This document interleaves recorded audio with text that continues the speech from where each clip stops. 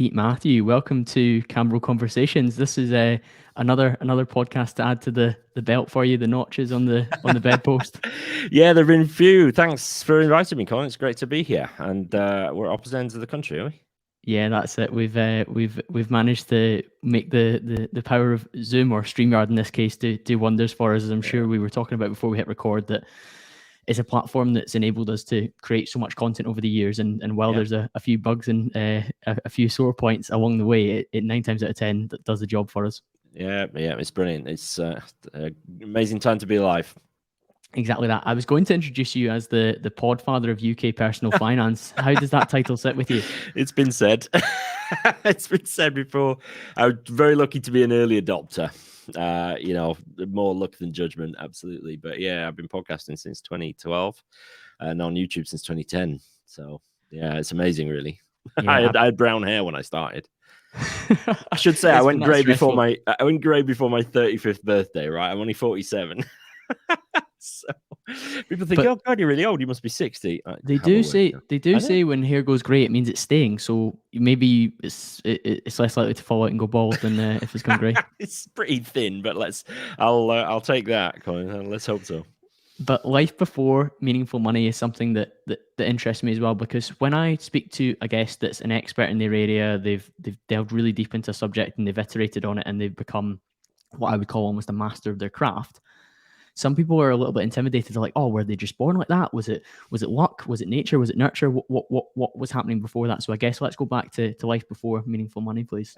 Great question, because where the sort of sum of our experiences and our parenting and our nurturing, all that sort of stuff. So yeah, I am in many ways a classic textbook financial advisor. So most people don't wake up on their 18th birthday and realize that they want to be a financial advisor for their life.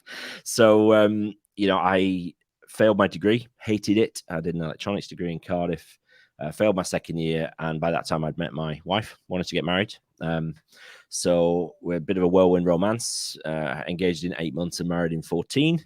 So we got married. She was a nurse. And because I didn't have a degree and or many prospects, I got a job. Well, I'd already been flipping burgers part-time for McDonald's and went into management with them, where I learned a lot, actually. They have absolutely refined the whole principle of process to the nth degree. Learned a lot. I certainly learned a lot about managing people, because I was second in command of a restaurant with 90 odd staff. So I learned a lot about sort of managing people and balancing shifts and rotas and all that sort of stuff. But as I said, my wife was a nurse. She was a pediatric intensive care nurse, and I was working stupid shifts at McD's.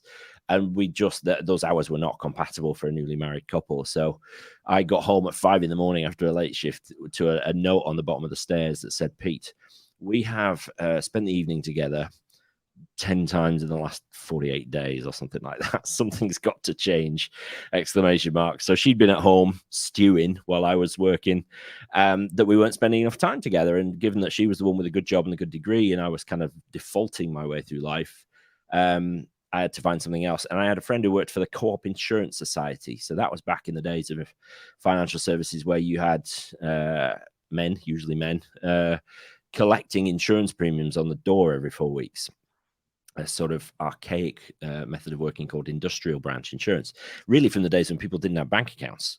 So they would be paid in cash. They would put aside 50p or whatever, or a pound, to pay the insurance man every 4 weeks, and he would come and call on the door. So I did that, hated it, but I'd love it now, because what it did was just get me out there talking. Of course, it was a sales role as well, so you'd have to speak to people about sort of whatever was the flavor of the month product that you were supposed to sell, and followed then the classic financial advisor path. That was called, we would call it tied advice. You worked for one company, one insurance company or investment company.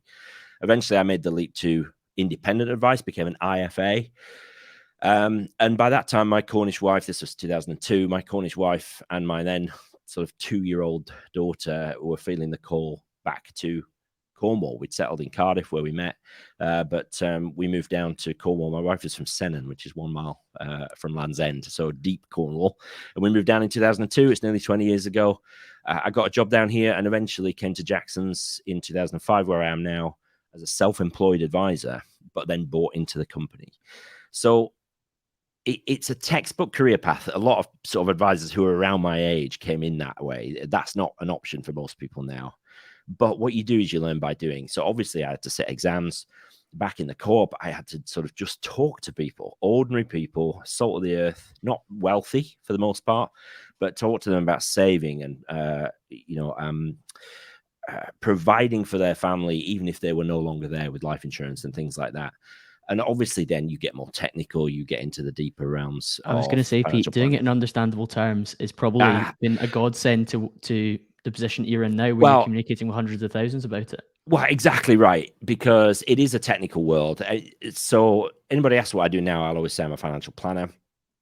And planning is understanding the system well enough for a start. That's a given.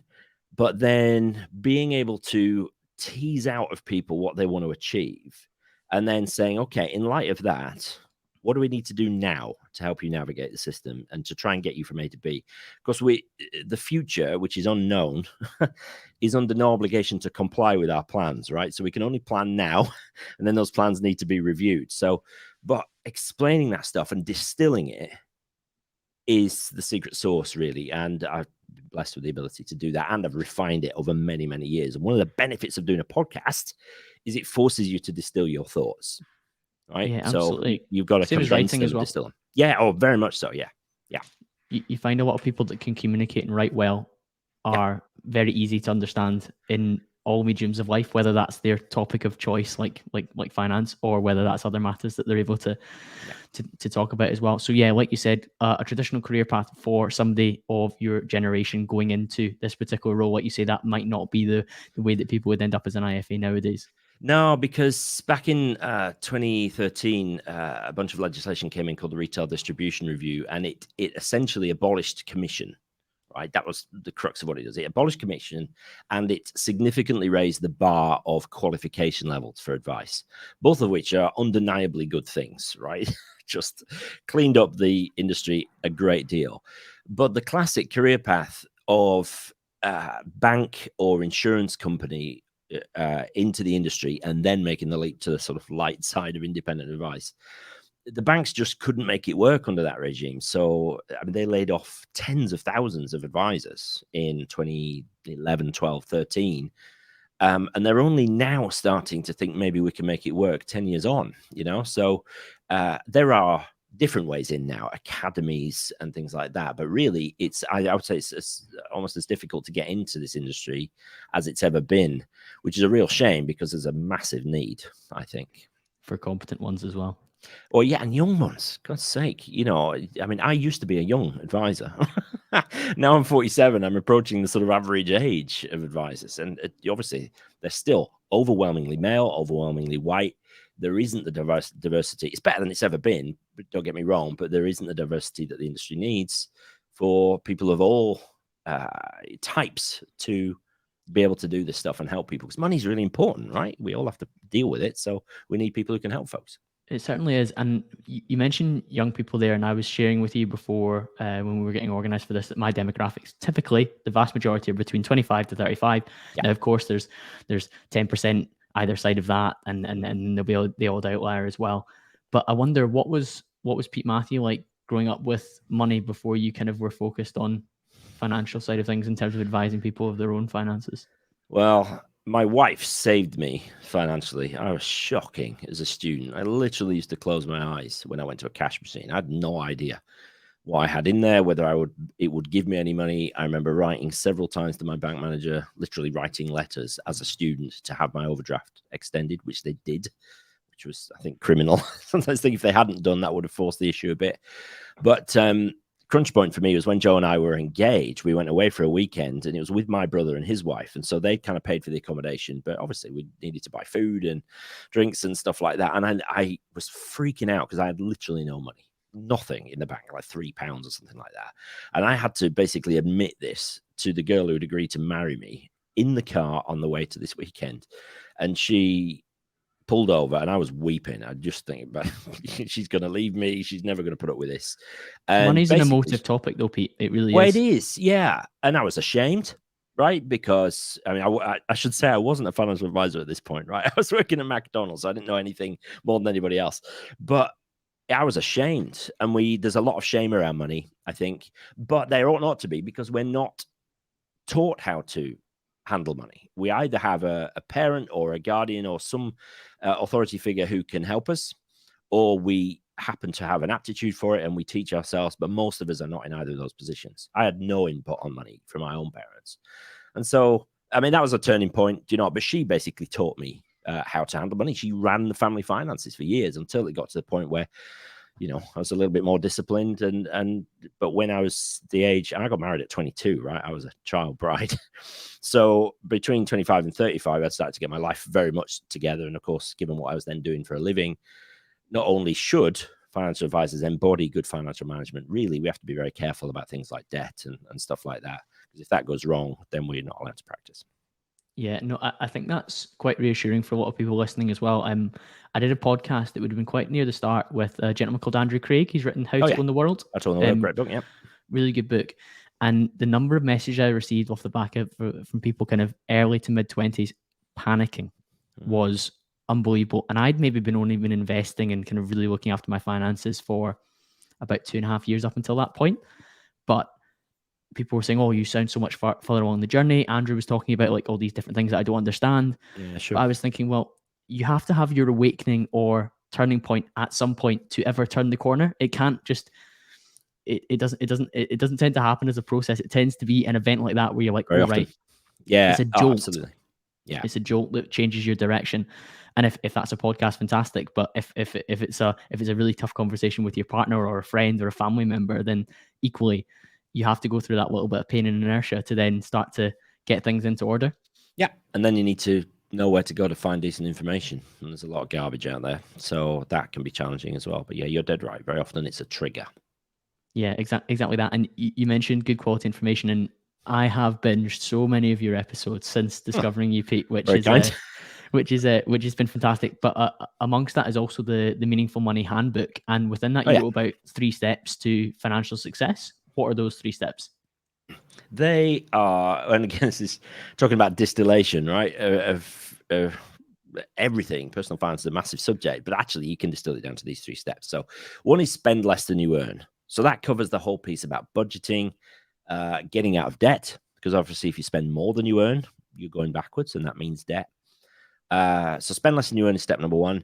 Step number 2 is to protect against disaster, because we can have great plans, we can start to invest, all that sort of stuff, but the universe sometimes will just pull the rug out, and that might be a long-term illness, car accident, suddenly our entire life, in the space of seconds changes, loss of a partner, catastrophic illness in a child, which suddenly changes everything. The world can throw these things at us, and yet our finances need not be completely derailed if there is a decent insurance program in place. So nobody enjoys spending money on insurance, right? But it's the foundation on which wealth is built. Eventually, most of us get to the point where we don't need the insurance anymore because we've got enough assets. But when you're starting out, the last thing you want is to be making great progress and then suddenly bang. You might think, great, I've got 50,000 quid in my ISA. It's taken me 5 years to get that much. But then you can't work for 2 years and that money's burned through in less than that, right? And so good insurance program. So spend less than you earn, protect against disaster. That's the foundation, really. And then invest wisely, which is the building bit, right? So that's how to invest, the kind of accounts you should be investing in, the kind of amounts you should be putting away. There's lots of shoulds there. I actually don't like that word very much, but just the basics. And actually, that's the sort of sexy bit that people get really excited about: investing, building wealth. But it's actually dead easy, I think. I would think that. I've been doing it 25 years, but it actually, for most people, it is dead easy. They don't need complexity, and in fact, complexity can be counterintuitive. It certainly can. And when it comes to the 3 different steps, I think there's so much you can go into within each one, and we certainly won't spend the entire podcast doing that. But step 1, like spend less than you earn, it's like such an unglamorous headline because some people like flinch at it, but it's so vitally important that there is money available and there's a delta between the two to enable you to do that third step, which everyone seems to get excited by, like which stocks am I going to go into, which funds am I going to go into. Well, You unfortunately, literally can't have one without the other. Sorry to cut across your comment, but you can't have one without the other. You have to have, you either win money or are given it, which is the exception rather than the rule. But everybody can find money to invest. Say that advisedly, but everybody can, even if it's only a small amount. And that comes from budgeting. It's a healthy habit as well, though, isn't it? Because It is. if you can start it with, and it could be as little as £10 a week or £10 a month, whatever it is, you're actually creating like neurological pathways in your brain and also habits within your life in terms of where your thumbs go on your phone, etc., to actually invest on a regular basis, whether that's prompted by like a calendar invite in your iPhone diary or some other thing that triggers it to make sure you do it. I think it's a very healthy thing to do, even if it's something that's like in your eyes minute. Yeah, exactly. But I'm a big fan of automation, so making this stuff as easy as possible. So budgeting really ought not to take more than half hour a month, and most of it can be done on autopilot, with just very, very short check-ins throughout the month, just to make sure you're generally on track. But I mean, there's a million ways you can do that now with apps, and your challenger banks in the banking app, even all that sort of stuff can be done for you, and just make it easy. And when it comes to investing, or building up your emergency fund, or even paying down debt, if you're at that stage, you do that first. When your salary comes in, you pay that stuff first before you eat, right? Otherwise, waiting for money to be left at the end of the month is a fool's errand. There's never anything at the end of the month. One of the terms that you use within that section of the book is pay yourself first. Yes. I guess that's the concept that you're teaching there, isn't it? Yeah, very much so. Again, not original to me. That I first heard that phrase in a book called The Automatic Millionaire by David Bach, which is highly recommended, actually. A few years old now, but it's brilliant. David Bach is a sort of celebrated financial advisor in the US, and he tells a story of a very ordinary. He was looking out of his office window, and a very ordinary car pulls up. A very ordinary looking couple with ordinary clothes on, with a carrier bag with documents, and this guy's operating at the top end of financial services, right? And he's like, I don't really think I want to see these people. Look at them, right? Basically judge them based on the car and the carrier bag and the clothes. And they came in and they were extremely wealthy. I mean, extremely wealthy. And in talking to them, it became apparent that they had done a few things well and consistently. And their message was, we pay ourselves first before we pay our mortgage company, before we pay the electric company and Tesco or whatever. We pay ourselves first, and it's a golden principle, and one that I've subsequently picked up on and make it. It's a cornerstone of good financial planning, definitely. Terms like that are timeless, and though you're saying, oh, David's book's a few years old, that will ring true for centuries. Exactly that. As long as we continue to have that, and equally, you do quite often see people in that ilk where maybe it's not all on show, but you find out that they've got this, like in the US, maybe a 401k, whatever it's called, and here it'd be an ISA or a pension, and it's just absolutely packed to the brim because they've just followed the process over and over again. It's been automated, and they've had a cornerstone principle in place where, yes, I know that we've got these bills coming up at the end of the month, but my 300, my 400, my 500 pounds must go into this account. It's non-negotiable. Absolutely. And ironically, the alternative is also true. I've quite often gone to sort of seminars where the room's packed with financial advisors, and the car park is packed with high-end BMWs and Mercedes and Porsche Boxsters and stuff. And I just think, I wonder how many of these are on terrible finance deals, And I would rock up in my Seat Ibiza because I have no interest. I love cars, but I have no interest in paying hundreds of pounds a month for one. If I can put that in my pension, do you know what I mean? It's a really interesting conversation. Like, so many people need to think about where their values lie with that. And while you say you like cars and you have an interest in them, I don't have a massive interest in them. But I would have to earn like a significantly greater amount for me to be comfortable allocating a higher percentage towards it. But then I have friends that absolutely love their cars and are happy for it to be like close to what they pay for their mortgage or something like that. But they make that decision consciously. Whereas I know other people, like you say, where other people will almost definitely have like, I don't know, a £600-700 a month car lease, and they're just like, oh, that's what I do, because then maybe they're keeping up with the Joneses, or they're trying to satisfy some sort of hedonic desire that they've got that's just continued to adapt. On to the second point you made, Pete, in terms of insuring against disaster. I've spoken before about emergency funds and the importance of those, but this is almost a little bit of a step beyond that in terms of actually like a policy that would trigger in that case. What kind of policies are we talking about here? Yeah, the emergency fund is basically the first part of insuring against disaster. It's the most immediate thing you can do. So I'm absolutely with you on that. Really, there are three main risks to insure against, with one on top of that. But the three ones are early death, then being diagnosed with a critical illness which doesn't kill you. So cancer, heart attack, stroke, multiple sclerosis, motor neuron disease, things that take years to kill you, if at all. And very often then you have to take time off work. There's pretty intensive treatment. You're going to feel pretty cramped for quite a while. And so a critical illness policy can provide a lump sum to provide a cash buffer, right? And then the third one is long-term inability to work. But that doesn't have to be something major. It could be chronic back problems. It could be chronic mental health issues, chronic fatigue or whatever. These things can stop people working for decades. And then what? Right. So you've got life insurance, critical illness insurance, and what's called income protection insurance. Again, you can spend hundreds of pounds a month on these. Nobody wants to do that. But obviously, if you're younger, it's cheaper. So I actually probably should put those in a slightly different order. I would do them life insurance first if you have significant debt and if you have anybody dependent on you. Secondly, I would do income protection and look at that. And thirdly, if there's any budget left, look at critical illness insurance. The fourth risk you could potentially think about is being made unemployed, being made redundant, but insurance on that is usually barely worth the paper it's written on. So I generally don't include it. That's what your emergency fund is for.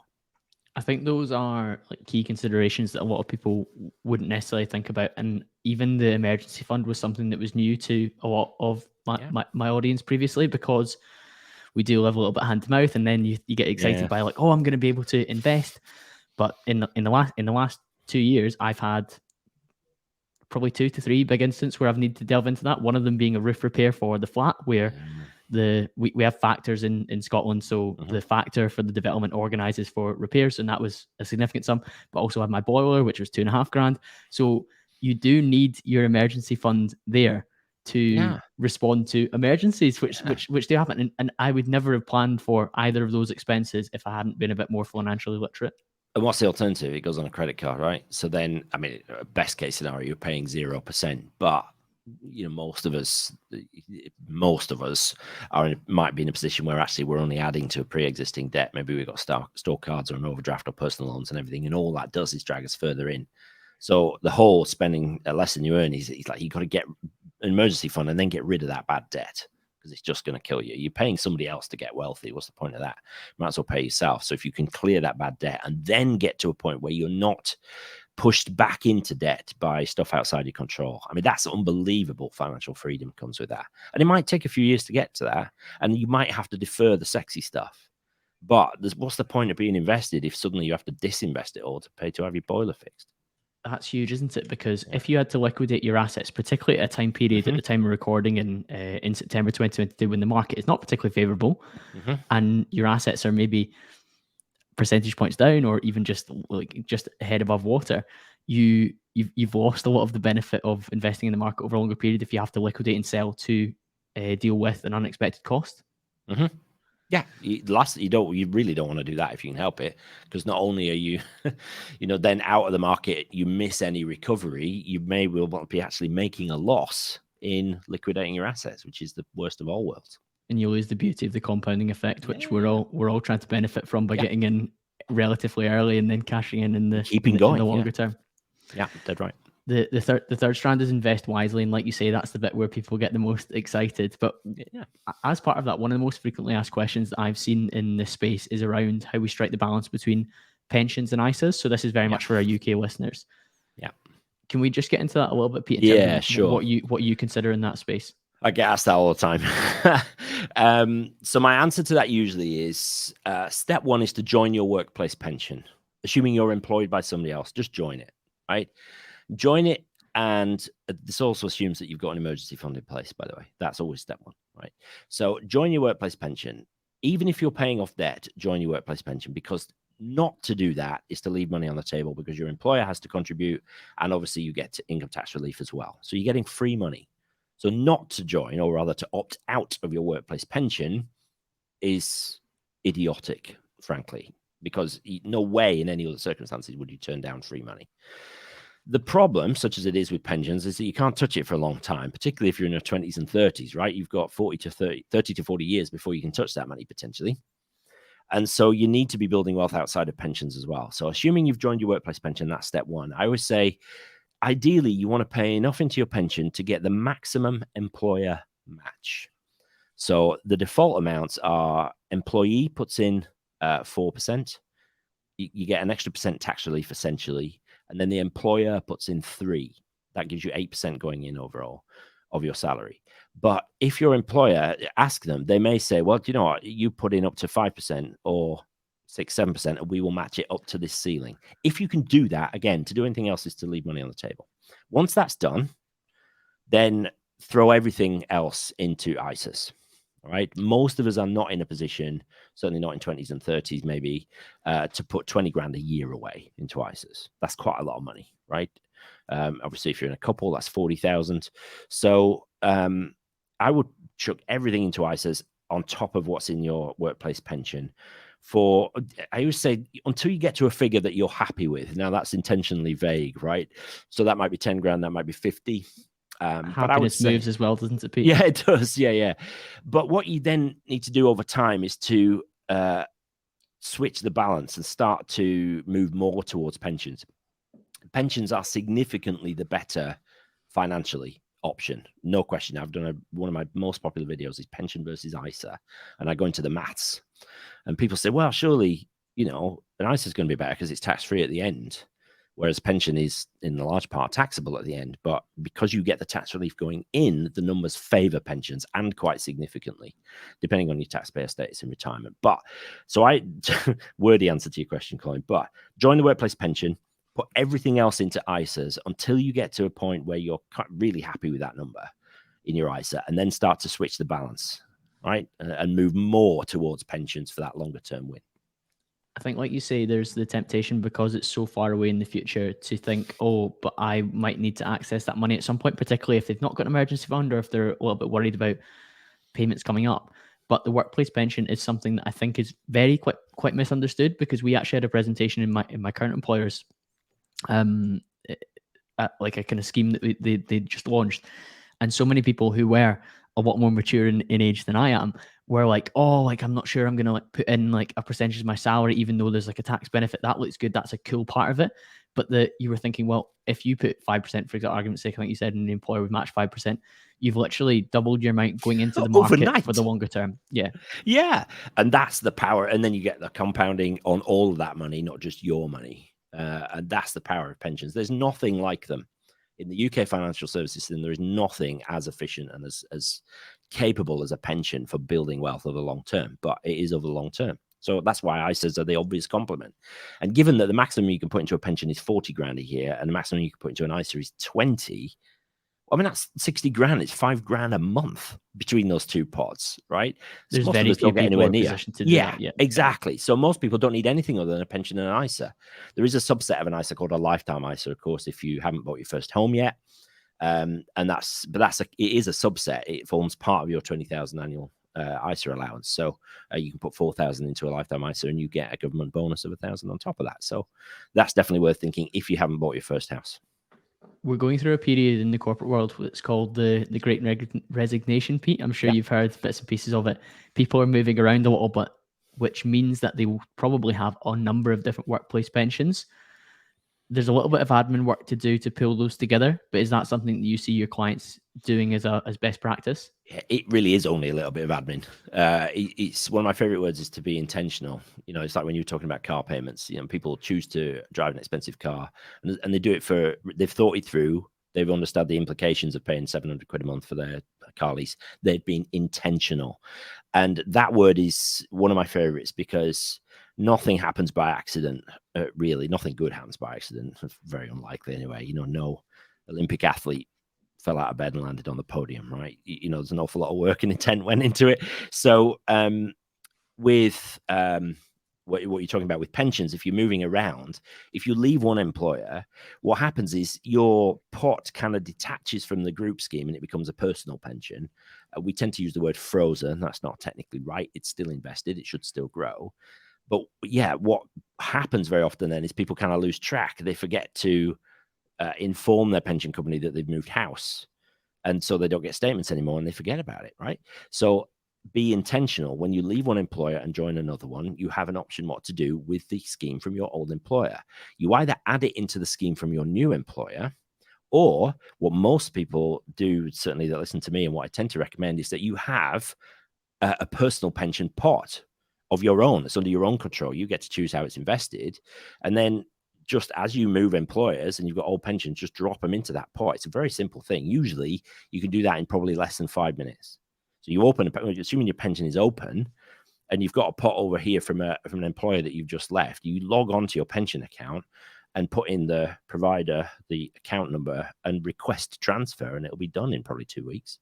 So it doesn't take a long time at all, but most people don't know that, see?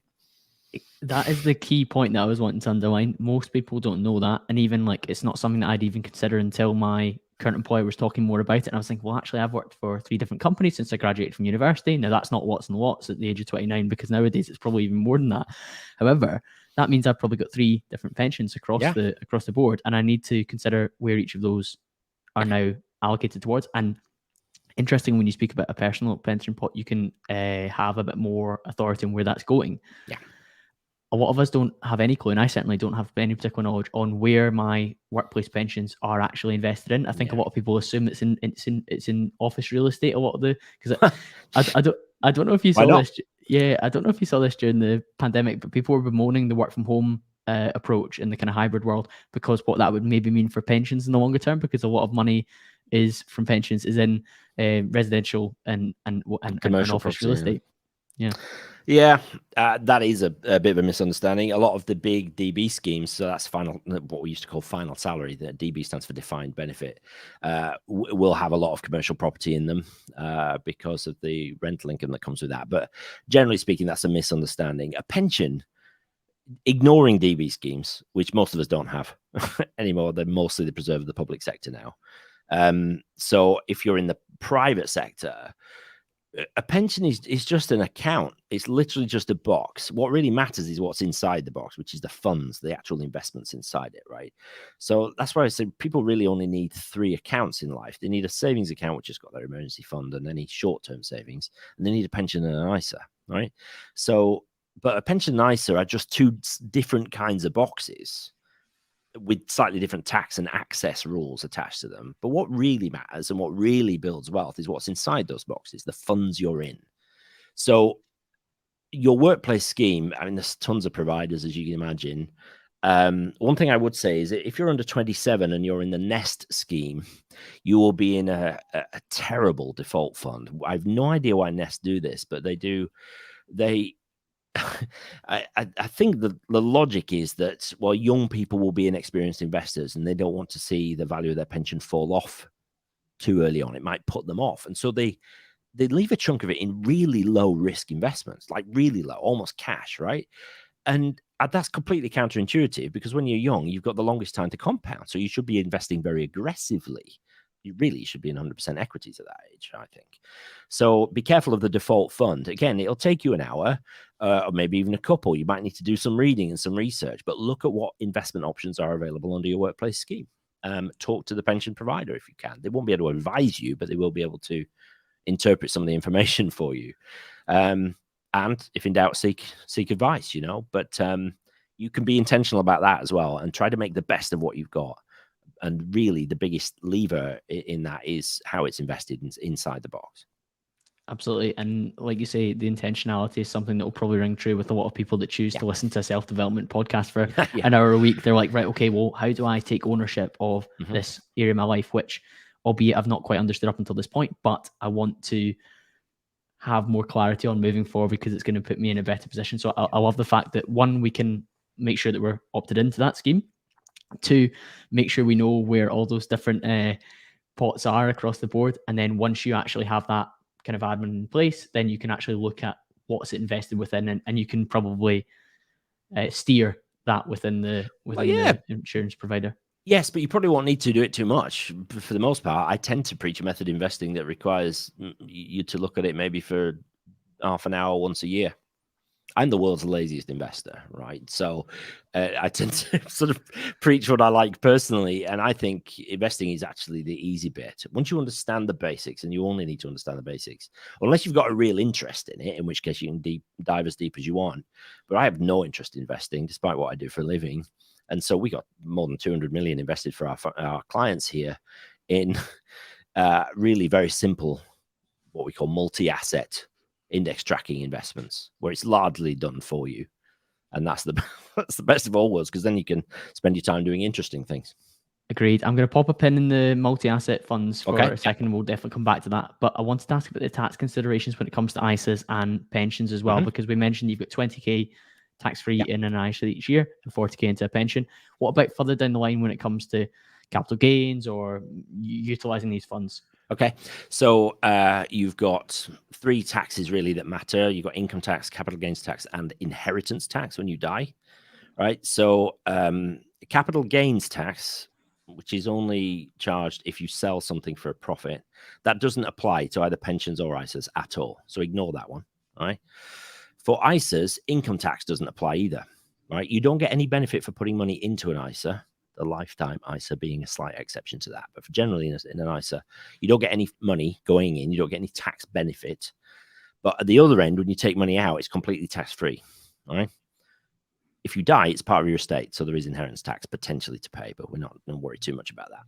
So ISAs are, you don't get any benefit going in, but then there's no tax after that at all, really, to speak of, right, in your lifetime.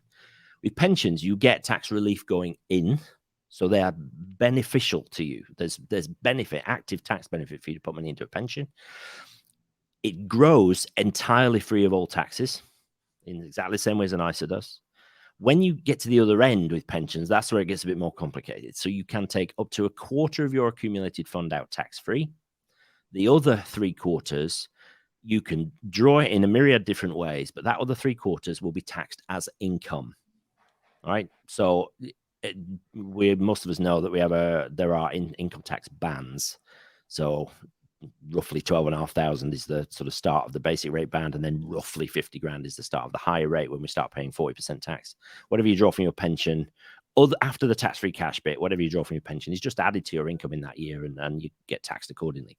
But it's had all that tax-free growth on all that free money for decades, and that's the magic of pensions. Yeah, beautiful. Well explained as well, Peter. Enjoyed that. When it comes to choosing a multi-asset fund, which is where you mentioned a lot of the people that invest through Jackson are putting the money towards, what are some of the considerations that we have to have? Right. So let's explain the term multi-asset fund. Right. So multi means lots of different kinds. We all know that, I know. Asset is simply something which can either increase in value, produce an income, or both. That's what an asset is. Right? So everybody understands a house is a bricks and mortar building. And if it's a rental property, not only should it go up in value over time, you will get an income if you've got somebody living in it and paying you rent, right? A share is exactly the same. Share in a company. It should increase in value over time. Depends on how well the company does and market conditions. And if the company is making a profit, you should get a dividend. That's the income, right? So that's all an asset is. So a multi-asset fund is a fund which holds lots of different kinds of assets, not just shares, not just bonds. We'll get into the details of what they are. They're just another kind of bond that's supposed to do asset that's supposed to do the same thing. It might hold property. It might hold timber, right? Commodities like oil and gas, gold, all that sort of stuff. These are all different kinds of assets. And so a multi-asset fund will hold lots of different kinds. Will also hold assets around the world, not just in the UK. Andrew Craig again, how to own the world, right? You don't want to be just a UK investor. You want to be a global investor. The fund part of it, most people understand it's a kind of collective investment. So you, me, and hundreds of thousands of other people, we basically pool our resources into a fund that gives us buying power and economies of scale to buy lots of other different assets, far more than we could do as individuals, right? So multi-asset fund. So that being established, to be honest, a lot of funds are multi-asset these days. There's a lot of funds which are just shares, a lot of funds that are just bonds, that you can get just property funds. But a multi-asset usually will have a ratio between shares and other stuff, right? And they tend to have terms like balanced, adventurous, cautious, conservative, defensive. These kind of words in the name of the funds. And that gives you a clue as to what they're trying to do. Defensive, cautious, conservative generally are not after sort of shoot the lights out growth, whereas adventurous, strategic, these kind of words give you a sense of what they're after. They're trying to push the boundaries and shoot lights out. Higher risk. Exactly. Well, yeah, that's right. And generally speaking, higher risk means higher equity content, so more shares. But higher risk also generally over the longer term means higher return. That link has long been proven over centuries. So, risk is it's the price of entry for wealth creation. You can't build wealth without risk, right? But like all risks, it's about understanding them and then mitigating them where those risks might take you to an uncomfortable place. So really, well, what we're looking for is a fund with lots of different kinds of stuff in all around the world, and then with a level of equity content, level of shares that you're comfortable with. So it is kind of the deep end, but you can get so many of these where it's literally done for you, and it'll say. So I mean, I've got to be really careful mentioning providers, but everybody's heard of Vanguard, right? Everybody's heard of them. They basically invented index tracking as a method of investing, super cheap, super available to everybody, right? So they have a bunch of funds called Life Strategy. And they've got 20, 40, 60, 80, and 100% equity. And it couldn't be simpler. L&G, HSBC, Fidelity all have very similar things. Tons of them like that. And so very often it'll be available in your pension or your ISA. You just have to look for them. Exactly that. And like you say, Vanguard, as you said, is just one available option. But as you said, they've got the Life Strategy Fund, where it has the split between equities and bonds, and it says on the description of them, like, depending on like your risk tolerance and like what your timelines are, and there's even tools on there to put in that my predicted retirement date is 2055 or something like that, and it will provide a suggested split between equities and bonds based on that date, because you're more likely to be open to higher risk. In stark contrast to what you were discussing earlier, when you're younger, you should be open to higher risk. So pension funds that are putting you into kind of lower risks, more steady things when you're under 27 is completely counterintuitive. Totally, in it makes no sense. Yeah, because time scale is a massive factor in risk and return. Because risk is kind of compressed over longer periods.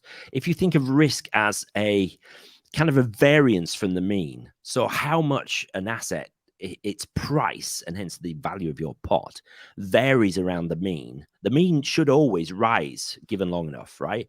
But what if you're in an asset which might fall 50% in a year, halve in value, but the next year might double in value, that's a pretty wide variance, right?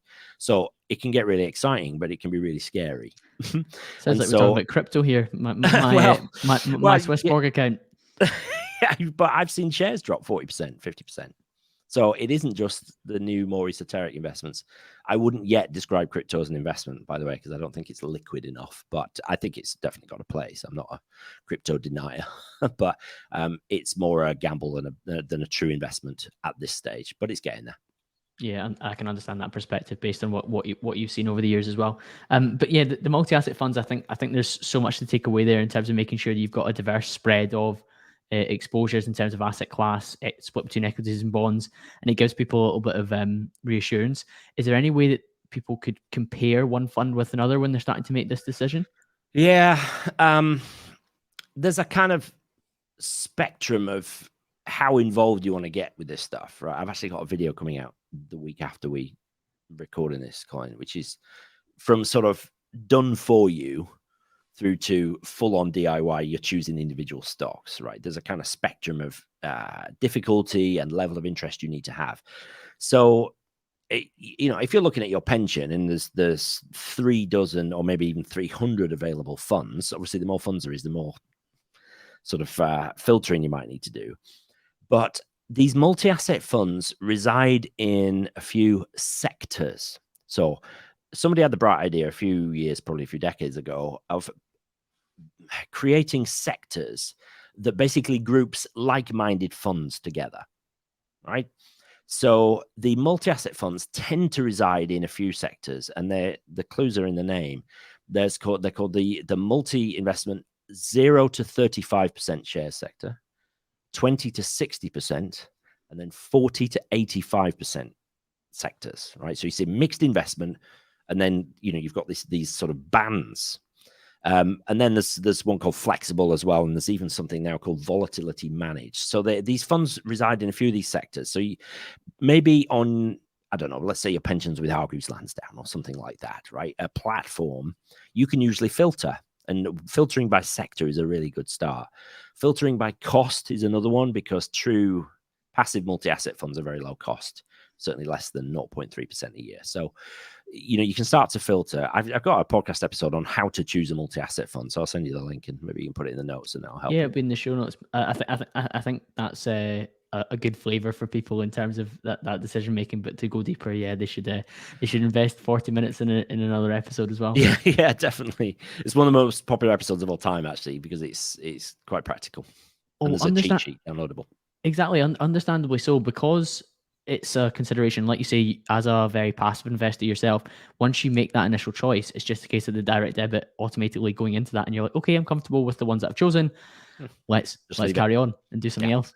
Absolutely, just leave it. Do something else more interesting instead. Yeah. We've talked a little bit around risk, and I recently interviewed an options trader called Simon Ree. And while he comes across as very professional, very measured, very clued up, I just do not have the risk tolerance to trade and short stocks and take an option on a stock. It just doesn't sit that well with my personality type. How can we assess our own risk tolerance? What a question this is. The thing with the kind of world that Simon lives in is that it's potentially, in some cases, it's potentially possible to lose more than you invested. Let that sit in, right? You invest £1,000, but you lose 3,000. That sucks, right? A minus 200% return. That's not great. So most people can't cope with that. If I can leave one book recommendation with people listening to this, when it comes to investing, read The Simple Path to Wealth by J.L. Collins. I think it's the best personal finance and certainly the best investing book I've ever come across. He wrote it for his daughter because at the time he wrote it, she wasn't interested, but he kind of wanted to codify his understanding. And he's not a finance guy. He's just invested using passive investments, all the stuff we're kind of talking about. It's American bias, so you've got to filter that a little bit if you're a UK reader. But he talks about investing, particularly if you're investing 100% in shares, in equities. He talks about leaving investors bleeding by the side of the road sometimes. Because if you're investing and you're pinning your future on this, and then one year it drops by half, that's rough and that's hard. Now, most of us kind of, in the abstract sense, will accept that risk is the part of investing. It's an essential part. You can't build wealth without risk. But it's all right when it's abstract. But when it's your hard-earned money and you're seeing it fall in value, and suddenly you're checking your pot every day, right? And you're watching it go down. I think risk, in essence, is the risk of you making a bad decision at the wrong time. And volatility does that. Seeing your pot fall can make all your abstract, sort of supposedly common sense understanding go out the window. I've seen very experienced investors, people who've been building pensions for decades, freak out because their pot's down by 15%. And I would just say, have you not seen this before? And then, yes, we have. What did you do last time? Well, we just wrote it out. So what's different this time? But if you don't have somebody coaching you, that's a large part of my job as a financial advisor. If you don't have somebody coaching you and you're in this vacuum and you're watching your pot fall, there's a massively increased likelihood that you will pull the plug. And talk yourself into it by saying, I'm going to pull out into cash so I don't lose any more. And then I'll go back into investments when things settle down.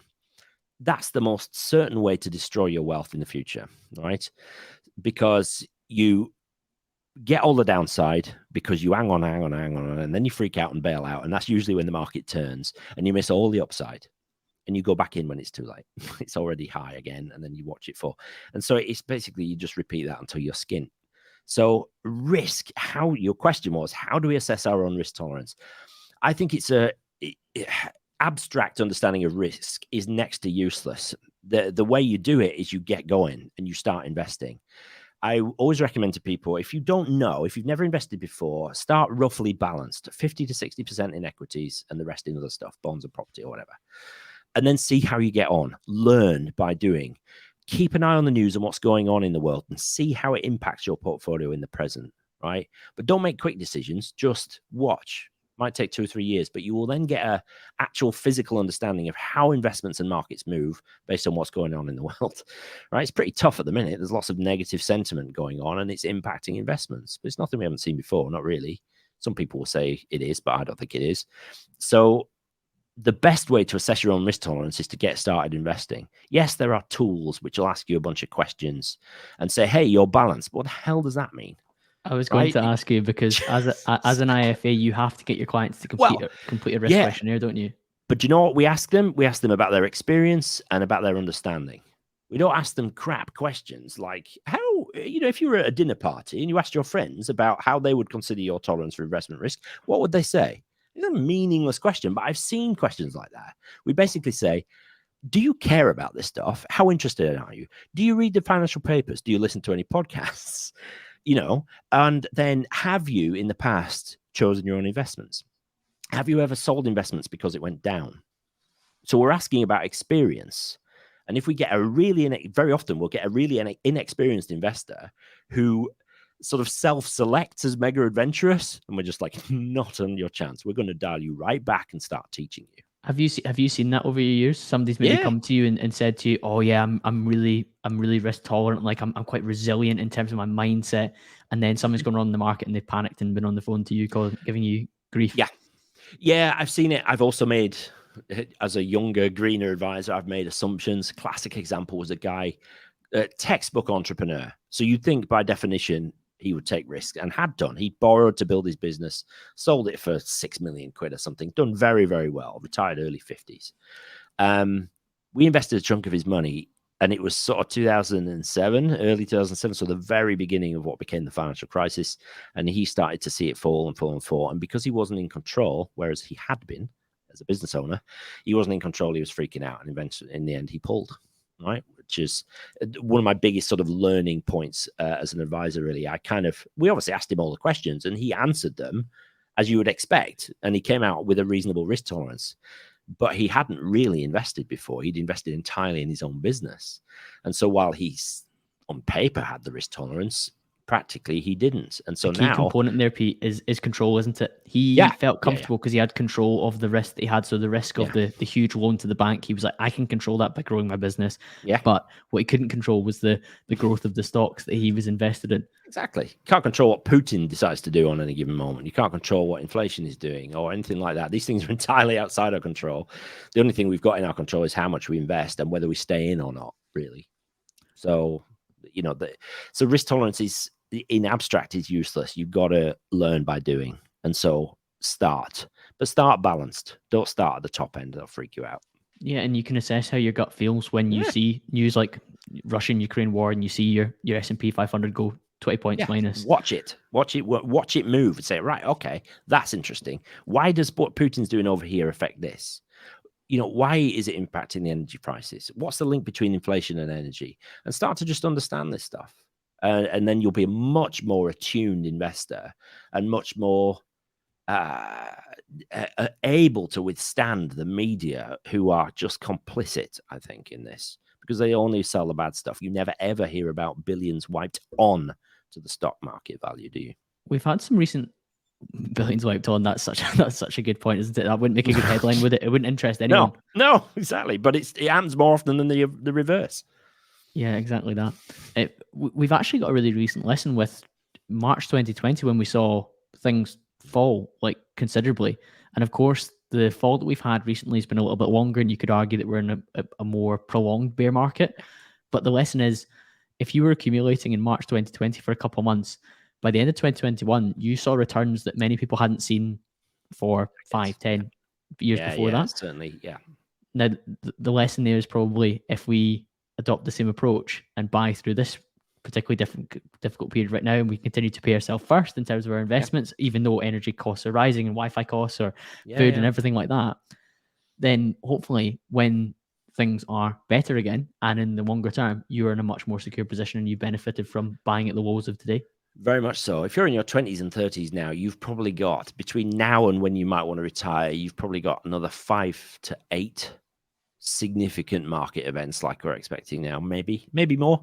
I mean, markets fall by 10% at least once a year on average, right? So there's always opportunities, but this is quite a nasty period right now. Yeah, if you're still paying yourself first, your pound cost averaging in, your future self will thank you. The maths doesn't lie. What are some of the other big financial mistakes that you see being made, Pete? That's a good question. People spending too little in retirement. It's not really for the demographic of this conversation, though, but I see that all the time. People die too rich. People overemphasizing the future at the expense of today. Now, that might sound counterintuitive to everything we've just spoken about, paying yourself first, building wealth for the future. But you don't know whether you've got a future or not. So I'm very big on enjoying today as well, just not at the expense of tomorrow. It's a fine quite balance. Profound wisdom, isn't it? Because I think so. You've spoken to older people who maybe have regrets. What's the point of dying rich? Jeez. I mean, it very often happens when the first partner dies, but I spend a lot of time helping widows give their money to their family. Because their husband never, I don't want to give money to my kids, they can earn it themselves and all that sort of stuff.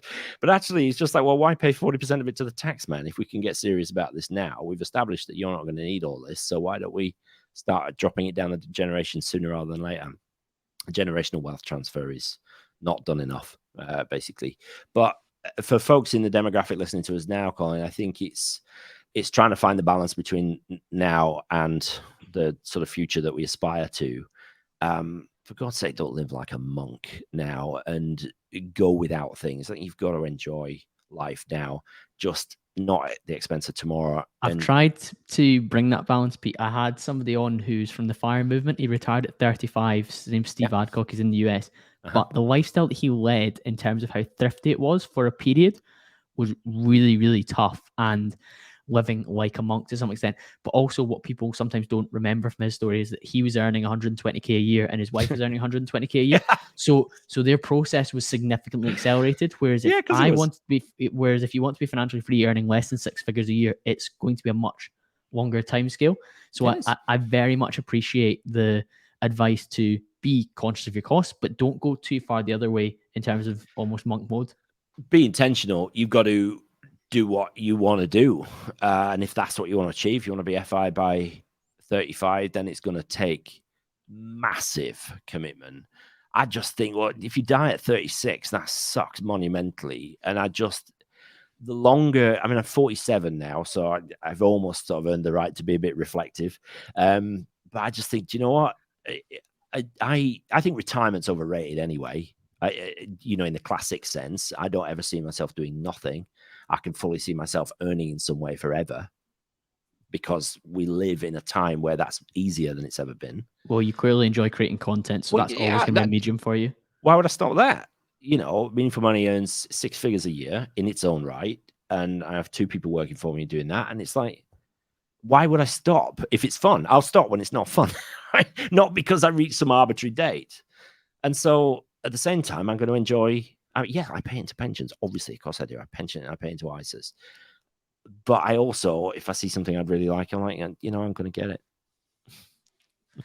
it. Balance is such an overused and incorrectly used term, but balance in your financial strategy is probably huge as well. So sacrificing to some extent for the greater good, but not to an extent that you, like, if something dreadful happened in the short term, you have real regret over how things panned out.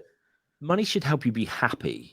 And that's obviously very touchy-feely subject and very subjective and different for each of us. But I mean, I would be miserable if I had to leave a kind of ascetic life in order to achieve some sort of idyllic retirement. I might not be able to get on a plane when I'm 60. I don't know. Hopefully I will, but I might not. And I certainly might not when I'm 80. So why wouldn't I do that now while I can, while still paying into pensions and ISAs? So it's hard to strike a balance. I think if I had to choose between, if I had an amount of money that was available and I had to choose, rather than split it, which is usually the answer, enjoy some of it now and put some of it away to enjoy in future. But if I had to choose between putting some money to use now for my current enjoyment versus putting it away for my one day enjoyment, I would choose today every day of the week.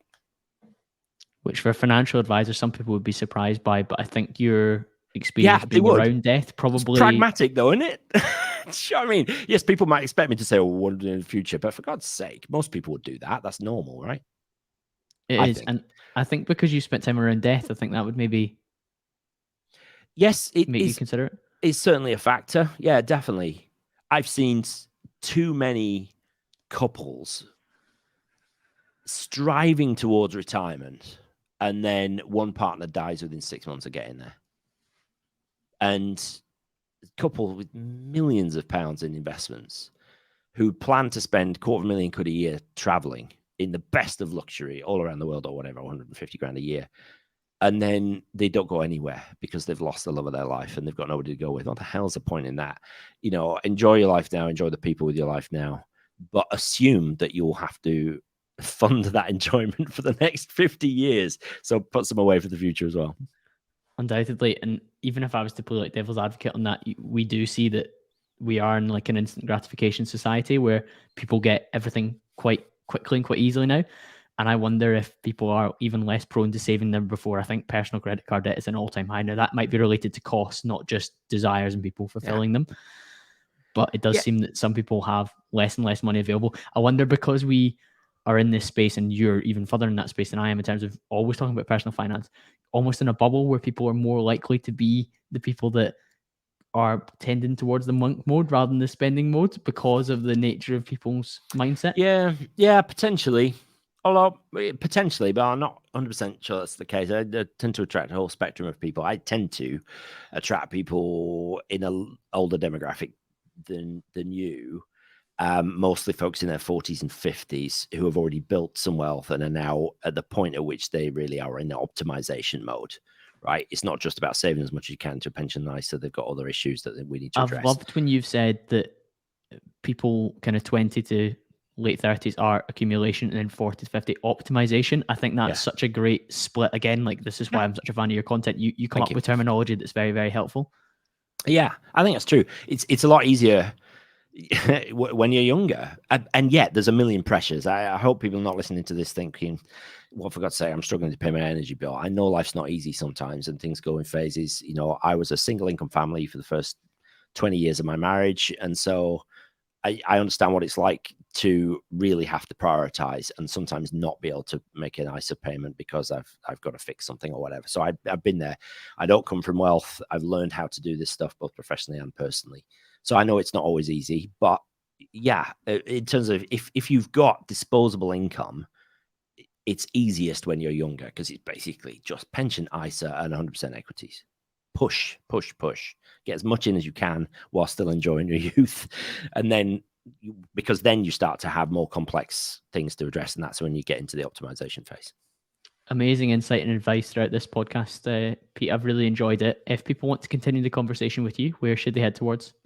Well, the podcast, I mean, we're 460 odd episodes into the podcast. That's, I mean, everything is on meaningfulmoney.tv. I'm having a lot of fun on the YouTube channel again. Kind of started with YouTube and then neglected it for quite a lot of years while I focused on the podcast, which has definitely been the breakout medium for me. But I'm having a lot of fun on YouTube as well. That's obviously much more bite-sized kind of thing. So meaningfulmoney.tv, everything is there. Hit me up on all the usual places and say hi. Fantastic, Pete. Thank you very much for joining me. And thank you to you, the listener. If you've enjoyed this one, please make sure you have subscribed and you've left a 5-star rating on Apple or Spotify. And I'll be back to speak to you all again very, very soon.